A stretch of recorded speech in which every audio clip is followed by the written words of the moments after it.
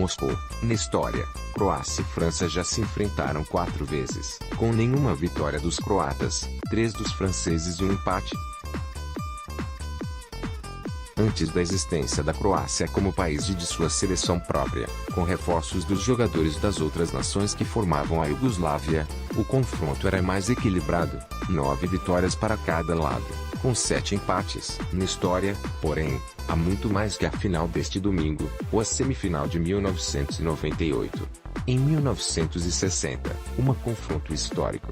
E com um herói esquecido.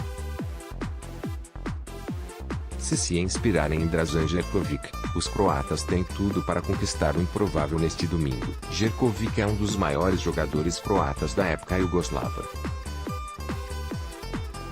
Muito pela confusão política da região e da formação confusa das identidades nacionais, não é tão renomado fora do país, mas é ídolo, principalmente entre os torcedores do Dinamo Zagreb.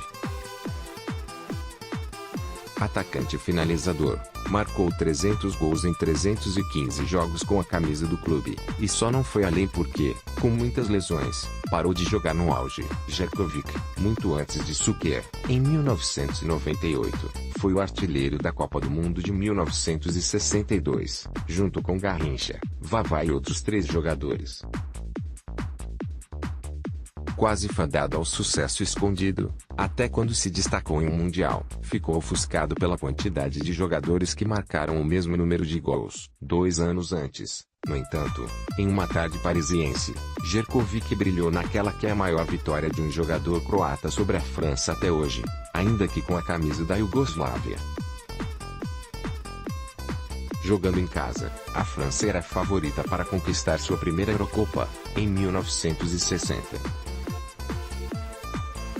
Até os 30 minutos do segundo tempo, no Parque de Princes, os franceses batiam os iugoslavos por 4-2. A Iugoslávia diminuiu para 4-3 e, no finalzinho do jogo, em 2 minutos, o croata Jerković marcou 2 gols, virando o placar para 5-4 e classificando sua seleção para a grande final, eliminando os donos da casa.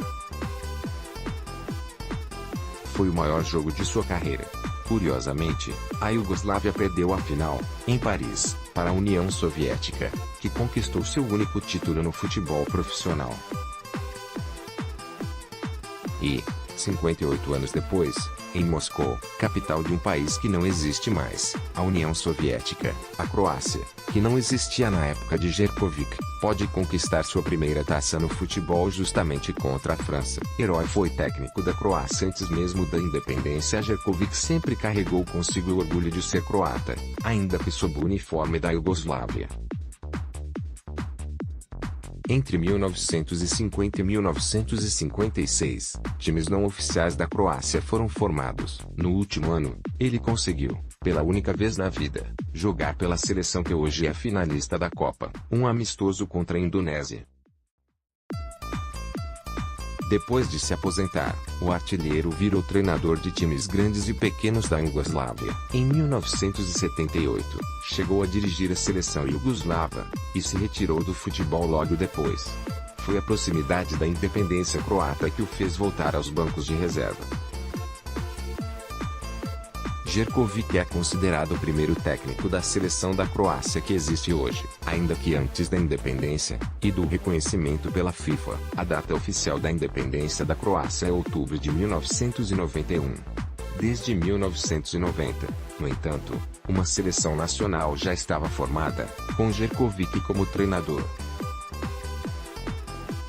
O primeiro jogo foi uma vitória por 2-1 contra os Estados Unidos, em Zagreb, jogo que marca a estreia do famoso uniforme quadriculado que entrará em campo hoje em Moscou. Antes da saída da Iugoslávia, com o técnico no banco, a Croácia venceu a Romênia e a Eslovênia.